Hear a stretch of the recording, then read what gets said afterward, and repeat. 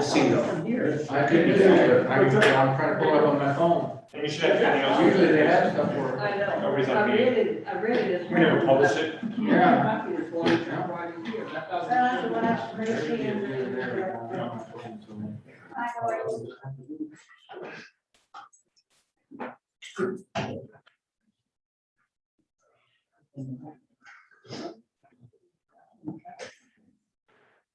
Call this regular meeting of the Albion Planning Commission to order.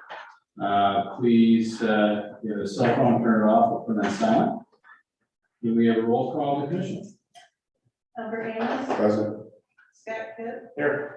Tom Pitt, Here. Lynn Reed, Here. Joseph Rebecki, Mayor Victoria Snyder. Here. Mark Lyle. Present. Chair Bonds Here. and George Strander. Here. Quorum established. Thank you. Next up is approval of prior meeting minutes. Those were minutes back in July 20th. You should all have that in your packet. We'll have a chance to take a look at that, and we'll entertain a motion for approval or amendment. Motion to approve. Second. That was Tom? Yes. Tom. Yeah, so it's been moved and supported to accept the minutes as they are. Yeah, Lynn? Were you trying to second? No, I'm not. I'm trying to complain Okay. because we should have had these grant out to us in time to look at them. I'm sorry, I'm on 10,000 more things to do. And I don't have time to always try to find what I'm supposed to do next. I like to have my packet ahead of time so I can study it, know what I'm talking about. I didn't see anybody walking here, well, very few walking here with one. And I just don't think that's fair to the people. I mean, we're donating our time to do this. I want to help the city. I want to be a part of the progress the city makes. But I don't think I should have to run off my copy of the, and in order to have it to study and to bring with me. Okay, so you're talking about getting a physical copy delivered to you. No, and I think it Instead of like should an be email. presented to us in time to go over it, read it, know what we're talking about. All I knew is that you guys needed to be notified on the iCompass to your email. You what? The only packets that are printed out, as far as I knew, was the council meeting. I wasn't aware that this one had to be printed out. This was supposed to be You know notified. what? Well, we received, and I understand what you're saying, you know, but we did receive a notice, giving us the link where to find it. Right. That it was on, and that's, I studied it online. I had no intention of printing it out, because I don't have that kind of money. And, but my husband did it for me, you know, that's why I have it. Because I figured it would be a hard copy here, you know, it usually is. But there was a notice on there, who gave us the link. I didn't see it. I understand. Check my. So, I mean, we have had hard copies Mhm. in the past year. Mhm. This is the first time I've noticed that we have. So you have the ability to get onto the Albion city webpage to look at it. Mhm. And then if we had the physical copies here waiting for you as well, would that be sufficient? That's what she's saying, isn't it? I would like to have it. I don't even mind coming down here picking it up if I can get it a couple of days before the meeting. Okay. Yeah, I think the only ones that get delivered are the council members package, Yeah. isn't that right? Mayor? Yes, Yeah. that is correct. So, If they'll just get it printed, I can come and get it. well, if you come here, I'm sure they can print it off for you. So this isn't a full page. Or give me a call and I'll print it and leave it at the finance window. If you can print them 2 days before the meeting. I mean, even if I had came in and it was laying here, I'm still uninformed of what's supposed to. Last week was really busy for me. I had a lot of things planned that I was doing. And, you know, just to not know what's going on at all I don't think it's just unfair to the city or to me. There is the link. I mean, there was a link to the packet, so you would be able to get onto that on the computer. So that's there, right? Yeah, And I have also in the past, called in and said I need a hard copy, and they've made a hard copy for me. I'm not, this, Should you have to call in the job for the city? That's what I'm saying. yeah. What's the appropriate protocol? What is the protocol that we're supposed to follow? Is it supposed to be printed out? Are we supposed to print it out ourselves? Is the instruction to go on the website and find the I material? don't know if there is a protocol. I mean, recently, probably within the last year or so, at least based on my memory, there's been a link on the website for you to either look at the agenda or look at the entire packet. Prior to that, I don't think it was on the website. I think typically there would be something here for us. So I don't know if there's actually a protocol for this or not. So the direction then will be that we'll look prior to and then get hard copies when we get here. Well, the city invested in the iCompass system so that it would send those notices out so that you could have them the Thursday before the meeting. So if we're gonna print copies and mail them to you or have them for you to pick up, then there's no reason for the city to invest in a system. So are you saying then, Call me, I'll make you a copy. this is the question, are you saying that now the protocol is to get online, look at it, print our own? That was my Is that understanding. the That's the process? instructions. I don't know what the process, I don't know if the city's talked about the process for the planning commission to get the information. I just know that recently it's been accessible on the city webpage, and typically something would be here when we got it. That's what I don't know. Is there, I don't know, has there been a discussion about about this, any change in this protocol? I mean, you gotta remember, for the majority of my time sitting on this, we've been through COVID, so everything has been electronic, so I have no recollection of it being any different than this. But we all have, like we were saying, we all have access to that email. The email has a link where we can review the documents before we get here so that we are knowledgeable of what we are supposed to be voting on or discussing. So all of that information is available to you through that link. So, I mean, but again, like if you want us to have these pieces of information printed, ready for you when you walk in, that's great. Or if you want to have it printed days before so that you can come pick it up, that's great. I'm sure that's probably not going to be an issue. But we just need to know. I like mine 2 days before I like to print it, because most of my studying, I do sitting up in the middle of my bed at 12 o'clock. Okay, so the census is that we'll have some printed up a couple days before, and if you want it, you'll just pick it up here. Is that Yeah, what I I'm- guess if you want to just pick it up at the window downstairs, we will make a note that we have maybe like 3 or 4 ready to go, and that's where they can be located. Sounds like a plan. Okay, anything more on this? Okay, so we have a motion to approve the July 20 minutes. It's been supported. Any further discussion? Well, all those in favor of approving the minutes, signify by saying aye. Aye. Opposed? Those are approved. Correspondence, any correspondence? No, okay. So we're gonna move on now to order of business. First up is update on lot width requirements for attached single-family structures. Ian, is this something you're doing?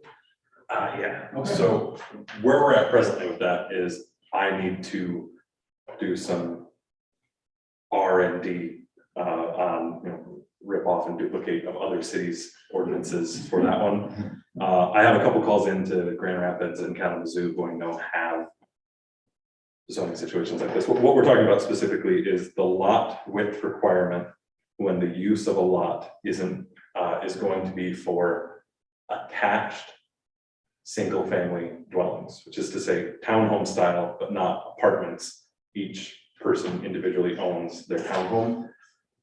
There was a discrepancy in our zoning ordinance in that we allow that, but then we don't really make allowances for the lot width. All this to say, I don't have any more of that information than I did last time. I've been unable to put time on that. So my update is that I'm working on it and I'll get more information to you soon. You're gonna hear that from me for a couple more weeks. All right, great. I have a question. Yeah, sure. So you found this in reading through, I mean, there hasn't been a situation that's come up. There has. Oh, there has been. Yeah, there is a developer who is trying to enter into a purchase agreement with the land bank for a few parcels in town, and they want to do, they call it fee simple, where you own your section of the building. And they found that our ordinance doesn't cleanly allow for that. And that developer, my understanding is correct, they wanted the owner of the town to own the land underneath it, and then there's problems with the setbacks, because the setbacks didn't allow for attached structures. Yeah, Typically, I think in those developments, the townhome developments, at least that I've seen, where the developer owns the land and then the townhomes are built on that land and the land's owned by one person.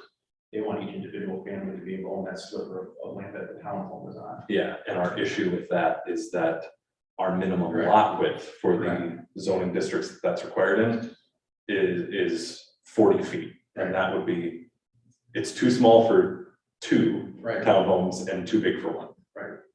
I understand. So that's what I'm looking into. I think it will ultimately amount to just a small text amendment that says, lot width requirement is 40 feet or whatever it is, because there's it's allowed in mixed use as well under a different classification, but it'll say, except when single family attached. Thank you. All right, moving on to discussion of mobile food vending ordinance. We have a copy. Well, Ian, did you want to just sort of introduce this? Yes, so where we're at right now, I almost had Pamela put it on the agenda for approval, but there were a few other things. Some information was sent to me from from Amy at the Economic Development Corporation and from Haley, that there was some other versions of mobile food vending ordinances that I thought had clauses in them that were of value. It is in the packet. I can run copies of this if you don't want right now, but I tried to highlight where specifically I made changes. So in section 22-241, because this mobile food vending ordinance is going within an existing section of our ordinance already, I added subsection D, all mobile food vendors receiving a permit under this ordinance shall pay the fee as set by the city council in the fee schedule. That is just kind of standard language that wasn't in there to begin with, and I don't think Cullen had returned a draft with that on it, but any fee that we charge is set on a yearly basis by the council according to the fee schedule. So I think it would legally indefensible, or at least improper, to set a specific fee in this ordinance. And that is just a section on there saying it will be set in the city fee schedule. Going on to the next one, 22-242, which talks about the requirements of the application to apply for mobile food vending. I added section D, information setting forth the proposed hours of operation and areas of operation as a requirement for the application. That was something that was included in a version of the ordinance that I think Haley received from some mailing group for either MML or some governmental group, that they want specifically in the application when I'm applying to do mobile food vending, that I include in that application where, or an approximation where. We're not asking someone to go out and tape out where they're going to be, but at least expressed in writing where and when they'll be operating. Section 22-243. Yes, I think this was originally, no. Added section D, a mobile food vendor shall not operate a mobile food vending unit within 500 feet of any fair, festival, special event, or civic event. That part we've already talked about in length before, but it's changing per a conversation I had with Colin, the wording on what we require. Unless so you can't be within 500 feet of a fair, festival, special event, civic event that is licensed or sanctioned by the city. In other words, one that we've given our approval. Yes, Festival of Forks can happen. Yes, the Juneteenth celebration can happen. Essentially, the event sponsors have to give us a list of who will be conducting mobile food vending there.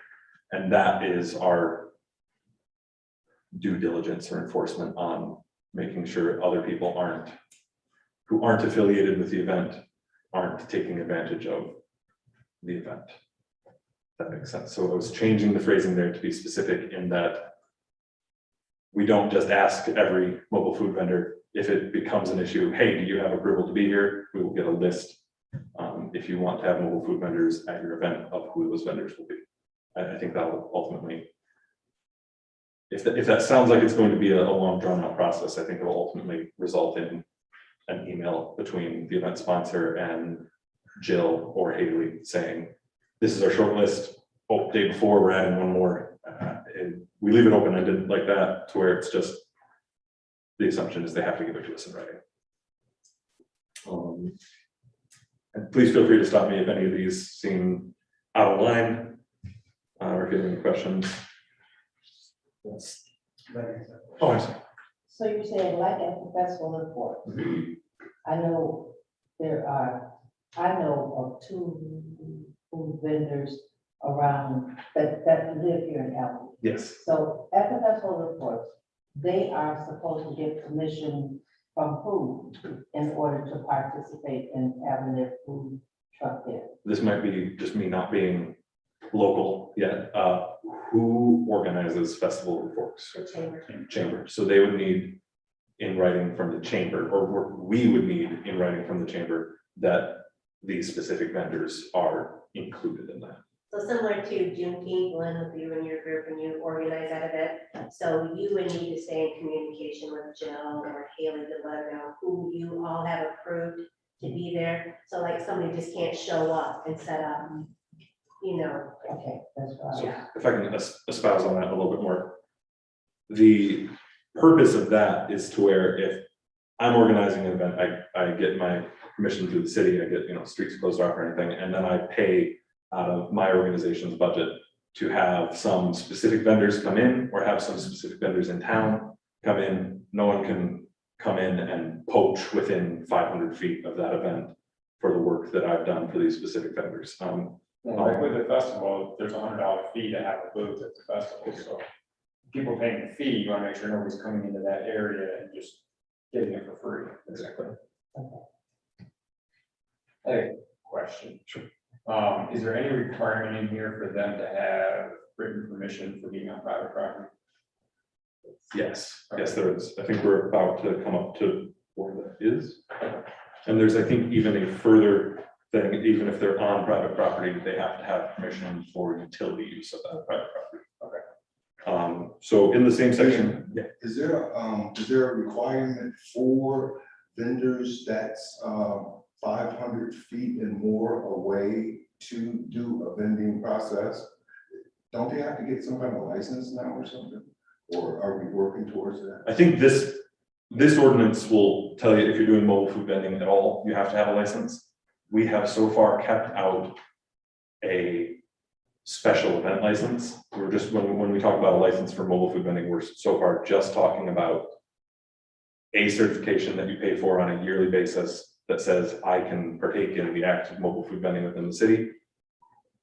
It's been hinted at that there could be value in a special event permit at a reduced rate or reduced application requirements. I mostly think that for where most of the, for where the price point of licenses that we require typically are, between, I think a chicken permit at the lowest end of $30 to all of the fees people would pay to come before the planning commission. It's only like $30 on the low end, $300 on the highest end. And so it was my inclination to leave out a special event at a license at a reduced rate, if to only keep our ordinance a little simple, with the assumption that the fee wouldn't be so astronomical that if I was gonna come in and do mobile food vending in Albion for the weekend, $100, $80, $50, $45 wouldn't be outrageous. If we want, I can make a note and add a special event license. Whether you want to do that formally through a vote, or if you just want to tell me that's your intention, then I'll go back and add a special event license. That's a short-term license of some kind, like, 3-4 days. And then the fee for that already covered in the ordinance under the fact that it would be per the fee schedule. Otherwise, it's about the license and it lasts for a year. Yes. And okay, if I can, my own opinion on that more, if their only option is a license that's gonna last them a year, then they might want to get their money's worth out of the license that we buy and come back more than just one weekend. If we feel differently about that, I'm more than happy to add language for a special event license. I'm thinking if somebody's invested into a food truck or food unit, that they probably want to make use out of it more than just once a year. That's a lot of money. Yeah, but some people will go to festivals all over during the summer with them, and so they might just be here for our festival, but would go to other festivals, other weekends or whatever, so. And that could get expensive if they were getting a permit for every city for. Wouldn't they, what's the, see at the festival, the booth charge cover vendors, would they have to get a mobile food? I guess that was gonna be In my addition to that. That was gonna be my next question. Okay. Yeah, so I think your question almost answers itself in that it is two different things, because whatever fee they're paying probably to the chamber to have their spot, it would be a different situation. Their fee they pay to us for the license to conduct mobile food vending. Now, we have some local ones, and that wouldn't be a problem because they'd already have the license. It starts to get into gray area a little bit on what exactly is mobile food vending. So if I pull a trailer in somewhere and it runs off a generator or runs off of temporary power, that starts to leave the definition mobile. And so maybe a lot of the food vendors like we had this past weekend wouldn't actually qualify as mobile food vendors. And we don't have anything in here that specifically defines it beyond self-propelled, easily movable, Ian, it's possible that some of these other communities that have used these kinds of ordinances would be able to give you some feedback on how they've dealt with this, festival-specific presence of a mobile food vending operation as opposed to, all year round. They probably have dealt with this issue before. I wonder how they. it hadn't come up in any of the ordinances that I had read. All of them just referenced a license. I don't recall off the top of my head if any of them were specifically short-term licenses, like if I wanted to mobile food vend Memorial Day weekend, is that permit good through to Labor Day, or do I need another one? I don't remember that off the top of my head, but this question didn't come up in reading any of those ordinances, which is why it hasn't been addressed here, but I can look into that if you'd like. I guess we need to make sure too, from previous time with the Festival of Forks, that process. Because it seemed like to me, I'm not sure, but it seemed like to me, if you signed up for the Festival of Forks, you paid the fee, then that kind of entitled you to be there. But something like what I'm hearing is that I pay that fee as well as, once this is implemented, I'll also have to have a license. Is that what I'm hearing? Yeah, I mean, I think it's an awkward interaction because the chamber is putting on an event that the city, of course, sponsors. It's like our biggest weekend, but the chamber's the chambers and the city's the city. And if we want to set a regulation on food vending, it has to be outside of what any individual organization does. We could account for that either in setting the fee lower, allowing for a special event fee, or some sort of arrangement with the chamber. But Whatever we do, I think it's advantageous for us to let the chamber know, so when they're giving out their permits and everything, because we don't want people to be caught off guard either. Right. You know, it's like, I'm sorry, but we're gonna shut you down, because you don't have a license. Well, I never had a license in 7 years. I always did it this way. You know what I'm saying? So. I think that can be done when you just come get council approval. But then you don't apply the requirement for licenses. Yeah. My thought process on it kind of was like, if we would have like a $200 fee for a yearly license, and then maybe special event for 1 or 2 or 3 day license, it would be like $25 or something like that. So like if I know when I get my license that I am Right. pre-stamped for an event, Right. then we would reduce the rate. I think something like that would work. We can do it within this ordinance, or we can do it within our fee schedule, or it can be an arrangement we have specifically with the chamber outside of this ordinance. Well, at least you have to make a nuance regarding the 1-year designation. Indicate that they have to be licensed in some way, and I think that, you know, perhaps we come to conclude that some short-term licenses are going to be possible, somehow have to be reflected here. Because as it is, it's a 1 calendar year permit. Yes.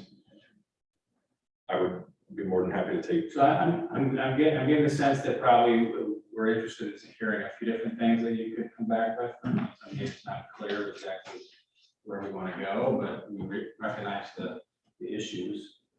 So I just want to make sure we want to revisit on whether or not a temporary license is allowed.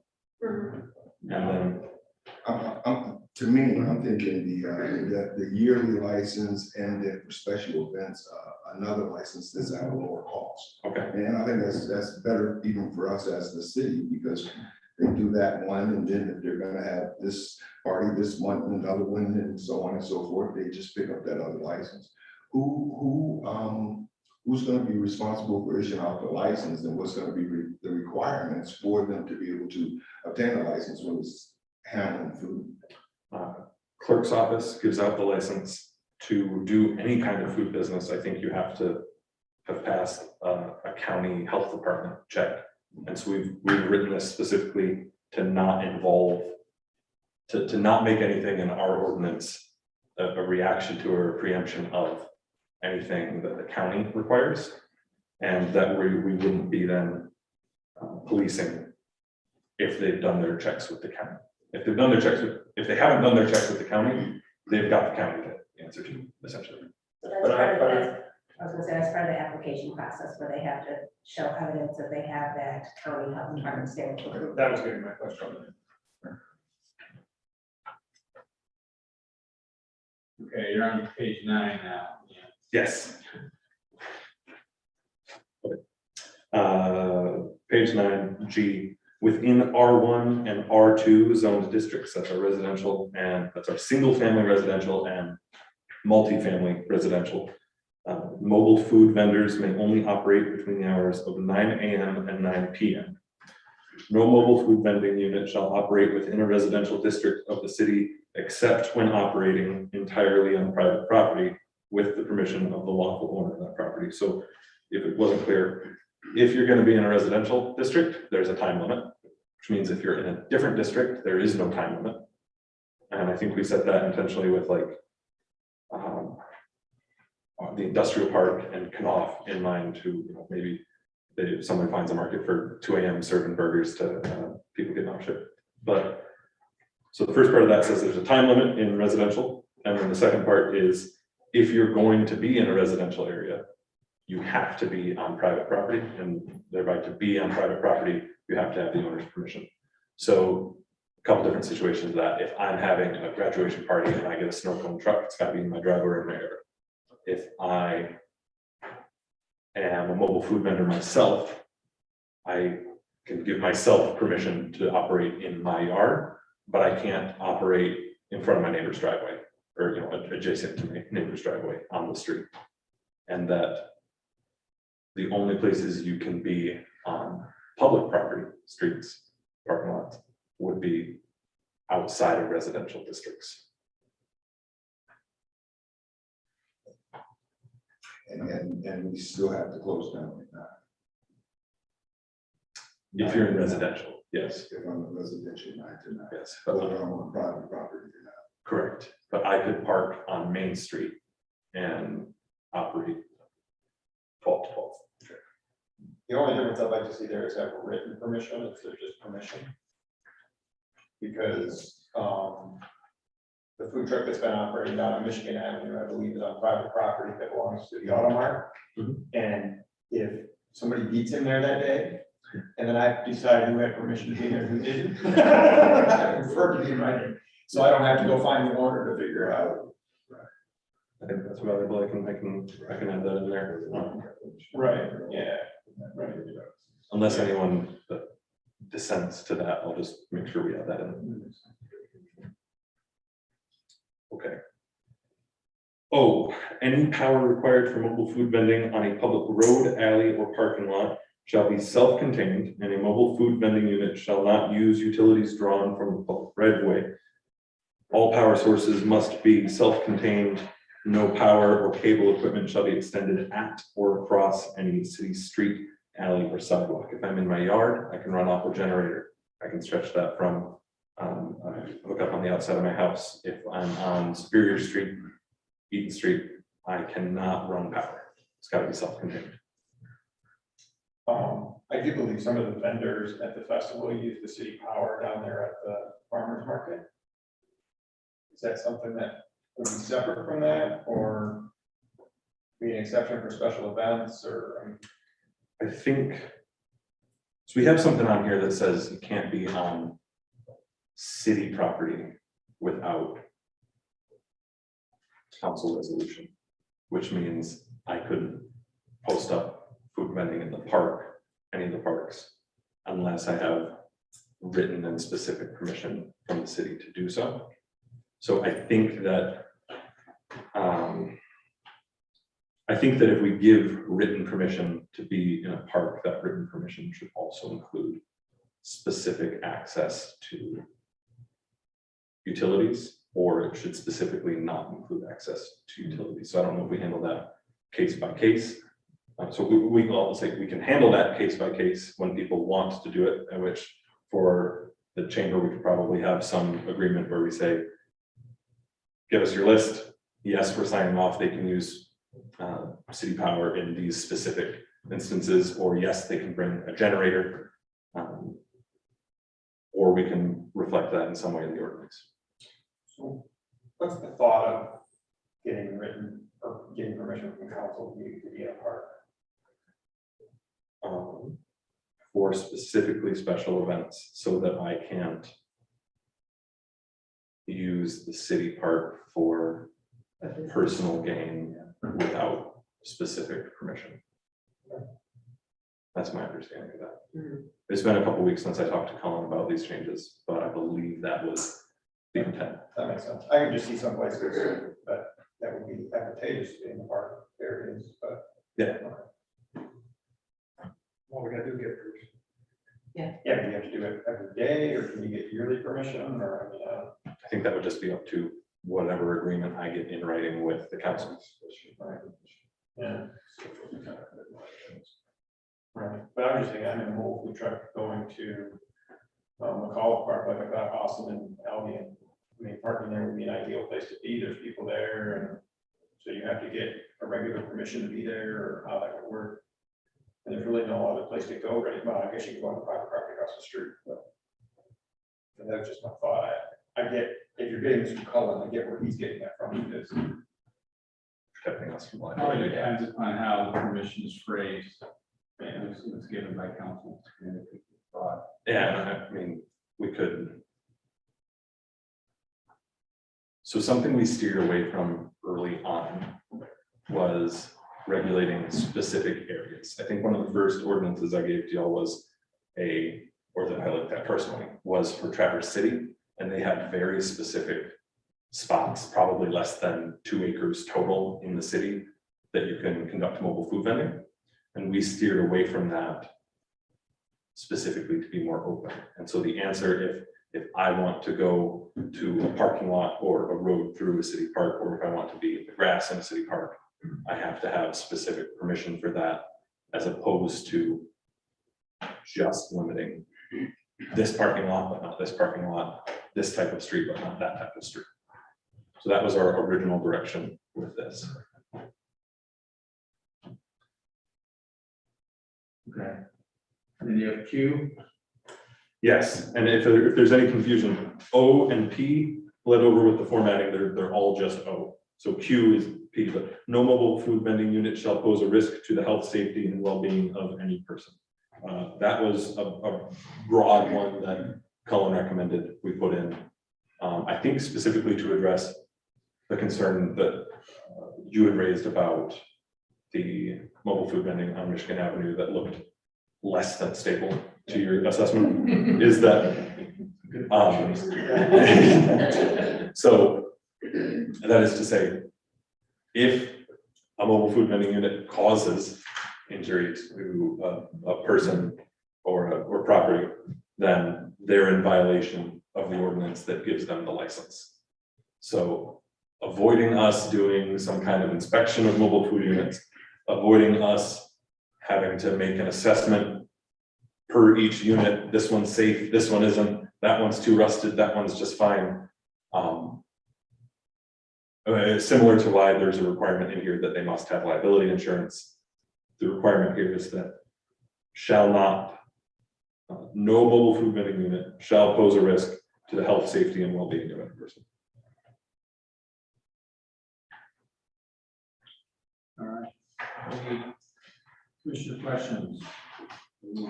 So that or else is implied. Yes, because it's a requirement of the ordinance. If they don't meet that requirement, their license is forfeit. So on the permit section, where you said such permit shall not be such permit shall be non-transferable, is that to other vendors or other units that the vendor may own? I believe yes is the answer to that one. Is that if I'm obtaining a mobile food vending license, it is for a specific mobile food vending unit, as we've defined, and that application must also include where approximately I intend to operate it, and I'm certifying for that unit A through Q. So then I guess, is there a requirement for that license to be hung so that when the powers to be come up, we automatically, Visible. see and know that you have the proper? All permits shall be prominently displayed on the mobile food vending unit while mobile food vending is taking place. Yes, in the permit section B. So Ian, with the ice cream truck that drives through Victory Park, how do you, how would you deal with that? They don't actually stop at the park. Right. So this is another one that we specifically avoided. Ice cream truck, shaved ice cart, latte cart. They do qualify as mobile food vending in that it's a vehicle distributing food. And so that requirement also applies. But if they're driving on the road, you're not parking, you don't need to get city council permission every day they drive. I thought we had added something. We might not have. It's a good catch, but I will double check. There was a couple cities that handle it in the way that, like, if I'm stopping for less than 15 minutes at a time, I'm a different classification, which is specifically like the ice cream truck. I don't think we want to be the city to say no ice cream trucks. Also take the speaker off. We do require that you can't have strobing lights or speakers. That is a requirement of this ordinance. They do not have, is that, That's correct. okay, because the ice cream truck definitely does. Right.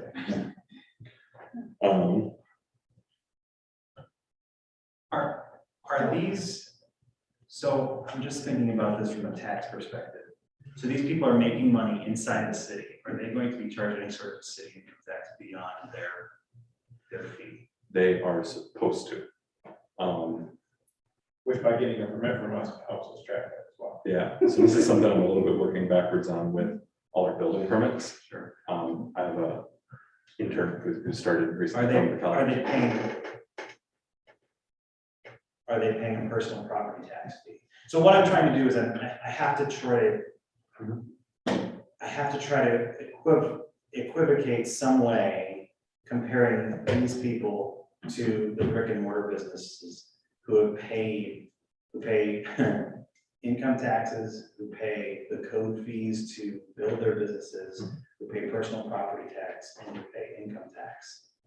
But yet, somebody from out of town can still park, as this is written, can still park right in front of one of those businesses. And I get it, I think I raised this issue before, and people were very cool with putting a hamburger truck right in front of the group, putting a pizza truck right in front of Casparelli's. And I have absolutely no conscience for that. But we have to think about this from a tax perspective.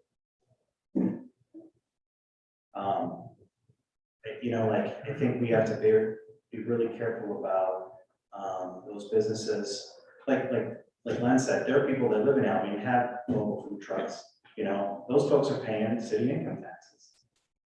There are people that are not and can come in and, to me, make a boatload of money in front of a business that's going to bring in traffic. I mean, if you go to the Malibu at lunchtime, there's traffic right there. Why wouldn't you park right in front of them if you could and siphon off some of that traffic? You don't have to pay your taxes. You didn't have to pay the massive building fees to build that structure. I don't know. To just make sure we're on the income tax, yes, anyone who lives in or profits within the city limits does have to pay income tax.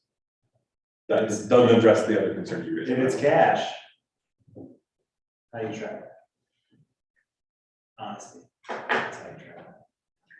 I think that's been an issue, and it's just now starting to be an issue here. It's been an issue at various cities. Lansing, Kalamazoo, in that same situation.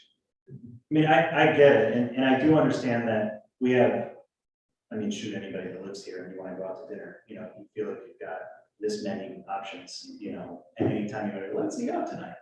And so I get wanting to have a various options. I can't in good conscience support anything that doesn't protect the people that are trying to do business here 365 days a year. But usually, in most situations like this, they say the more options there are, the more people you draw, and it actually builds the business for those other businesses as well. Yeah, I'll believe that. Let's see. I don't disagree, but that's, So this is an issue which will come before us when we're actually going to vote on the ordinance, and we're not there yet. Right now, we're just asking about specific things that Ian can go back and work on and bring back. But I understand your position. I mean, there's language all over the place about where they can and can't operate. There isn't any language in there that protects the businesses that are here. Well, you certainly have the ability to suggest any amendments that you think would be helpful in that regard. I think I could probably draft something for you. Okay.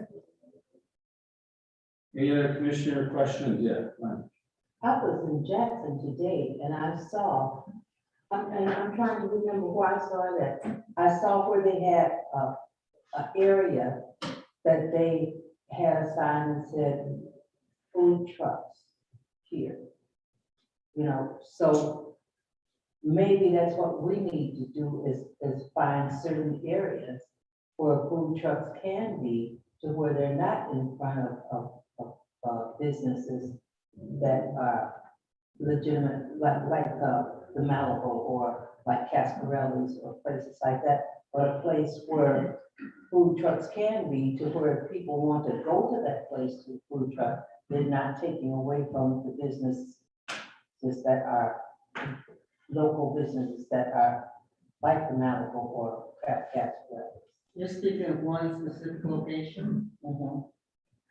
Yeah.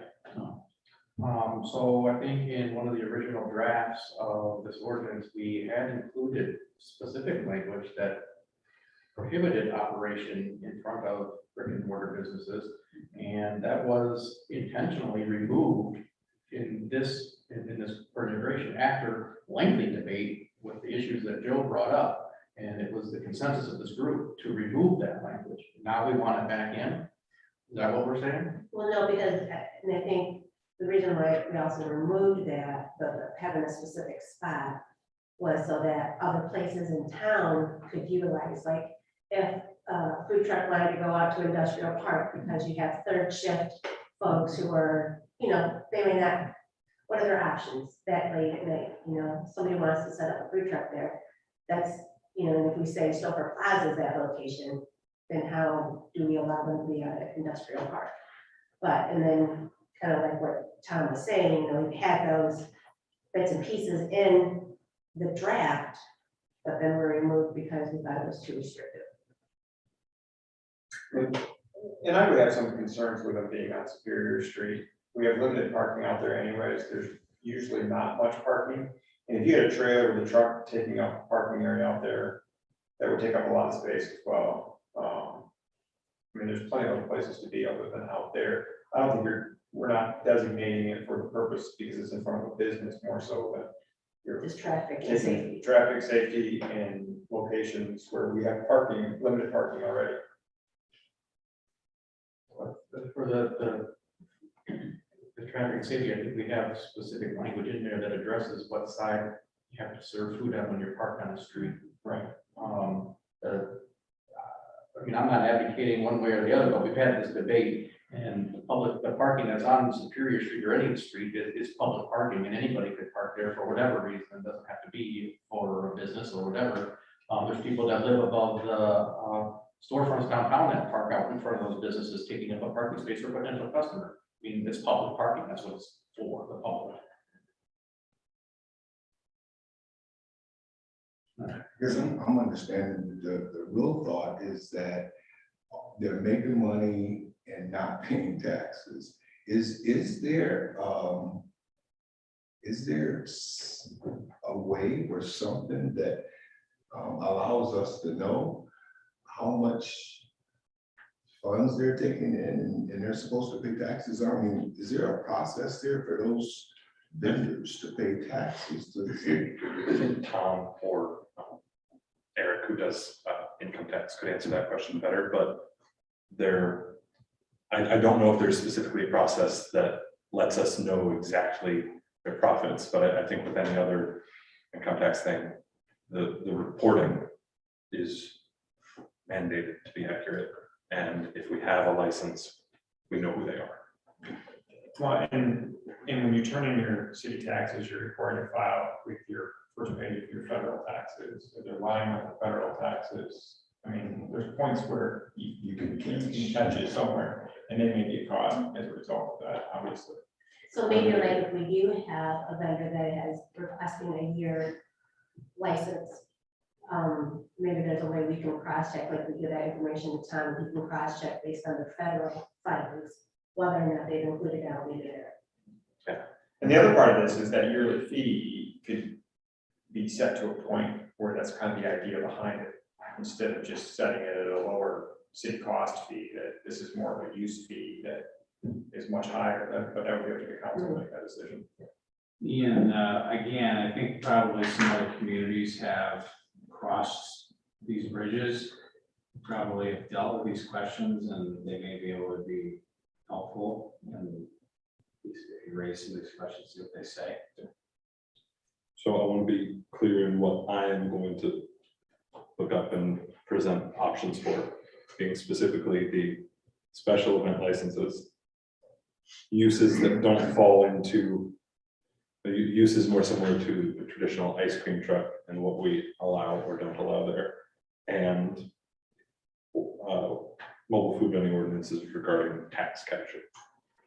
I didn't hear definitive direction on location. Barring that, these are the three I'm going to look up. If we have definitive direction on location, though it seems like there's a little bit of division on which way that should go. Well, I mean, we can explore it. I'm assuming Joe's language will probably talk a little bit about that. But I mean, again, this is, we're constructing something, and there's probably different ways to complete it, and getting the counsel from other places that have already dealt with some of these issues probably would be helpful. And of course, we have to recommend something that we think is appropriate for our community. So I think there are lots of different things you could bring forward, and if there's something that, I know that Traverse City, for instance, has specific spots for their mobile food bank. Maybe some other places don't, they say they can go anywhere they want, I don't know. No. And the only other thing I had was public park access, that's a question. Right, so like if the ice cream shop, ice cream truck is driving through Victory Park, they're not mobile food vending, but if they stop and they start selling stuff, then they are, and so is that good or? Sure. I'll look into those. All right, anything else? All right, you got enough to go on there? So, Ian, do we need C? Is C is update mobile food vending as a zoning ordinance use, or is there something, is that something different? No, it's different. It's something I haven't looked into any further, and I don't think there's value at this time in looking into. I think when we get this ordinance written and a little bit see the effects of it, where it's falling short, where it's working, we can address that question. To refresh on what that question was, our zoning districts, which every parcel in the city falls into one of, have a specific list of requirements within chapter 100 of our code of ordinances, which is the zoning ordinance, that say the descriptive uses that are permissible in that area and under what context they're permissible, permitted by right, permitted with special requirements, requires a special use permit. This was to discuss whether or not mobile food vending can be the sole use of a lot itself.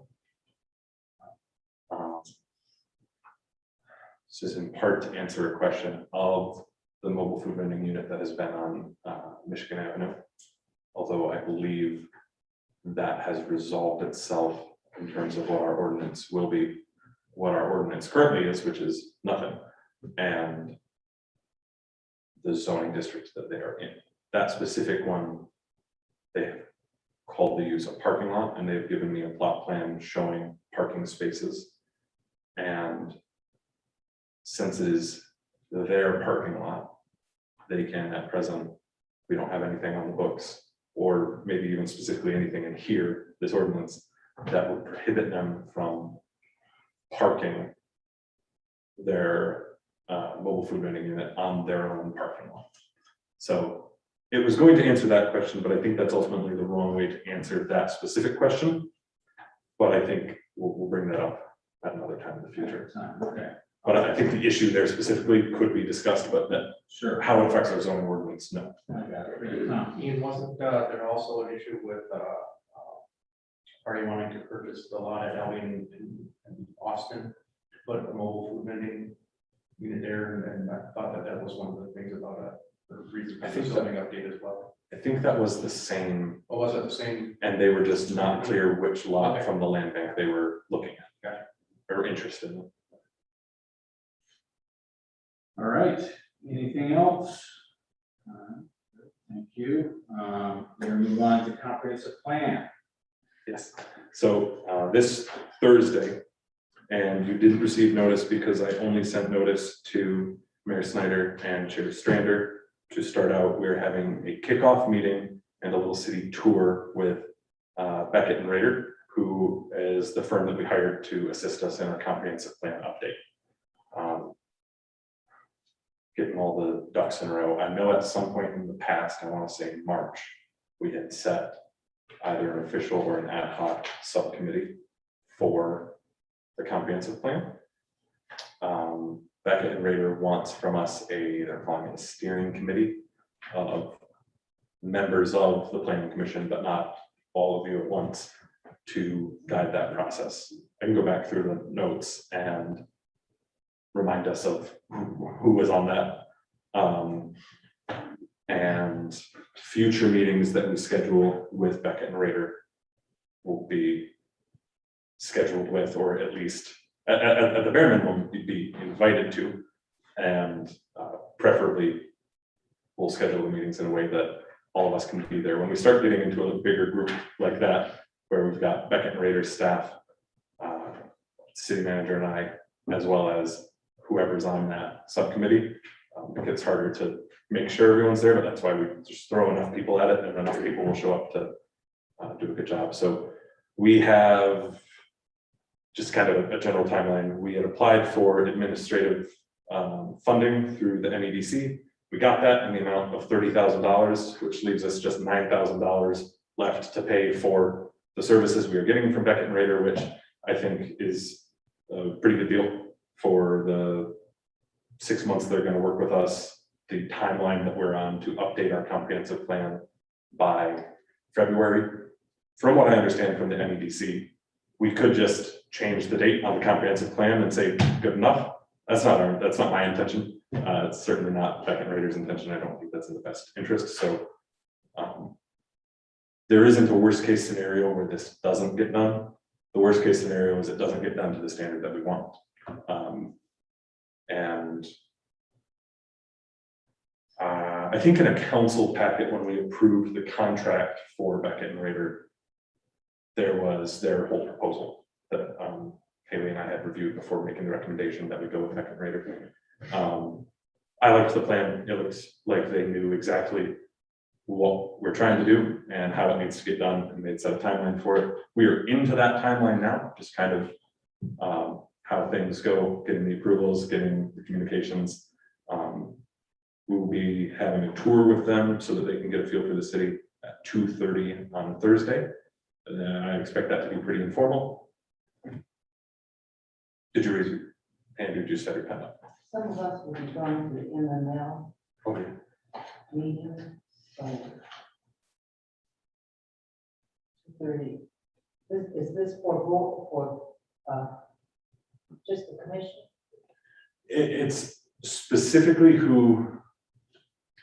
So this first meeting is the kickoff and tour, and the only people I have invited to that are me, Haley, Mayor Snyder, and Chair Stranger, just so that we can get kind of all four wheels on the ground here. But then future meetings, we'll go back and see who that subcommittee that we had designated was, and that we will coordinate our future meetings with Beckett and Rader, which I think they have a schedule of what specific meetings they want.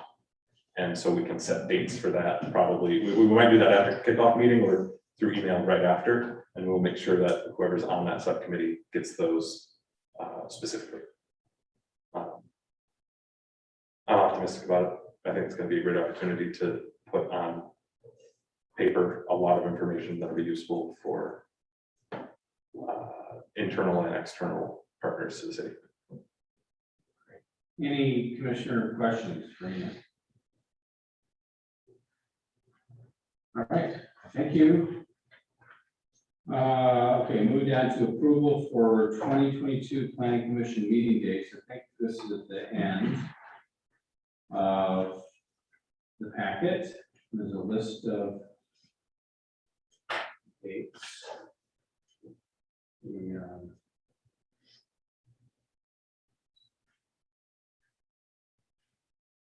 February dates usually pushed out to.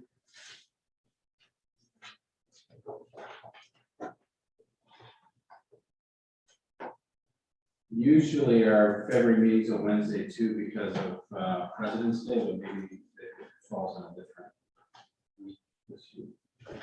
Anyway. So President's Day falls on February 21st. Okay, so no. So I think we have to approve these. I have a motion to approve these dates. I move to approve the dates. Any second? Second. Any discussion? Okay, seeing none, bring it to vote. All those in favor of establishing the 2022 meeting dates as listed signify by saying aye. Aye. Opposed? Public comments. Anyone wanting to come forward and address the commission? Or give us your name. Good evening. My name is Linda Lanu. I want to thank you all for all of your work. I just wanted to make a brief comment about the mobile food vending.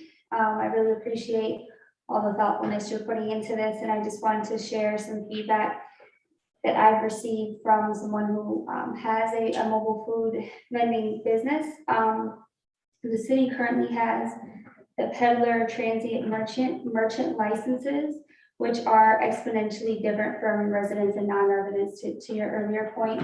But in terms of the affordability for people, I just wanted to make sure, and I know this comes to the city council for the fee schedule, but I just wanted to make sure we're all working together to ensure that it is comparable to the neighboring cities, particularly within our county.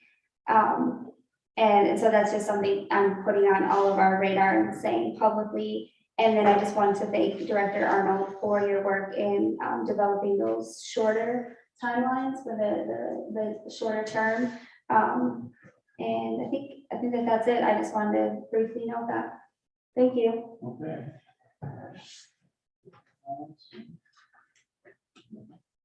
Anyone else wish to come forward?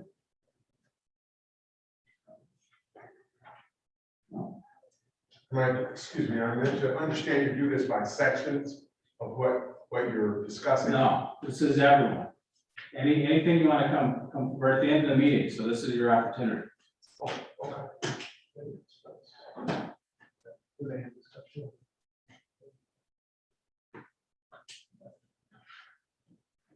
You want to come forward? What's the thought there? Just give us your name.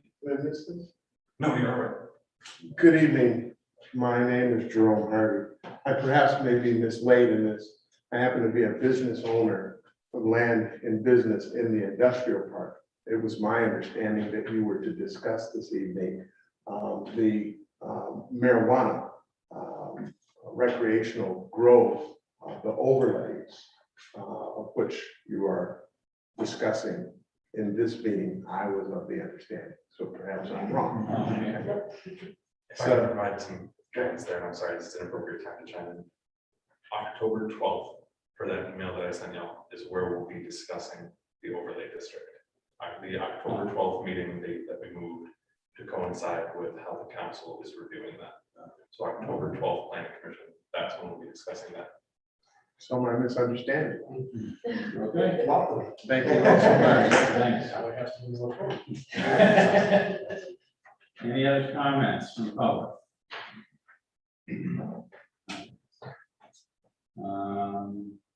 Seeing none, any commissioner comments?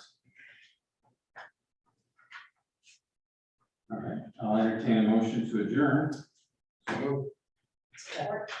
All those in favor, signify by saying aye. Aye. Adjourn, thank you. Just to check.